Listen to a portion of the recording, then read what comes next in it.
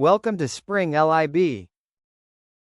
So we're interested in finding about a massive spring, a little bit different from before, right? And we're told that it has a sort of infinitesimal mass that's given by here, but that each part of it moves sort of in phase, right, with whatever the total V of the mass is, right? And so if I'm interested in finding the kinetic energy of something, we typically have just 1/2 mv squared, but the m's and the v's are varying and depend on different things, and we have dm's here. So I'm going to actually do an integral here. And I want to integrate each individual infinitesimal mass, get its individual kinetic energy, and then add them all up.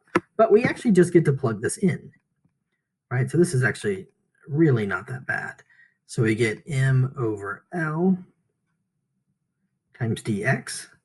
So that's the dm part. And then we have x v over L squared. And now we're integrating over dx. So I'm going to integrate along the length of the spring. Okay. So I'm going to pull out the appropriate constants here, which you're going to see you get a 1/2 mv squared. And then randomly, maybe not so randomly, an L cubed in the bottom. Then we're going to integrate from 0 to L. And the thing that's left over is x squared dx. Right?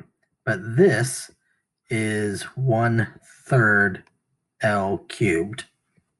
Right? And so that L cubed and that L cubed cancel.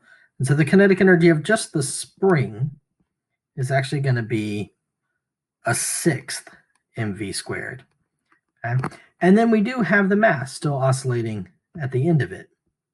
And that's 1/2 mv squared still, right? So this is the new term.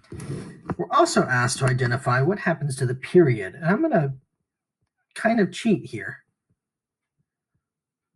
Right? So here's our 2 pi m over k. I want you to notice that the spring has a kinetic energy of 1/6 mv squared, right?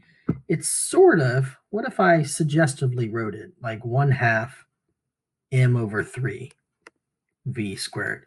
It behaves as if it has a mass that's actually like 1/3 of it, right? And that's because parts of it are moving slower and parts of it are moving faster. But I'm going to use that over here, right? So we need the total mass. Normally we would just add them together, right? So I take the block, but I'm just going to treat the spring as if it only had 1/3 of its mass, because that's what it looks like over here with the kinetic energy. When you actually do it, this actually ends up being the right answer.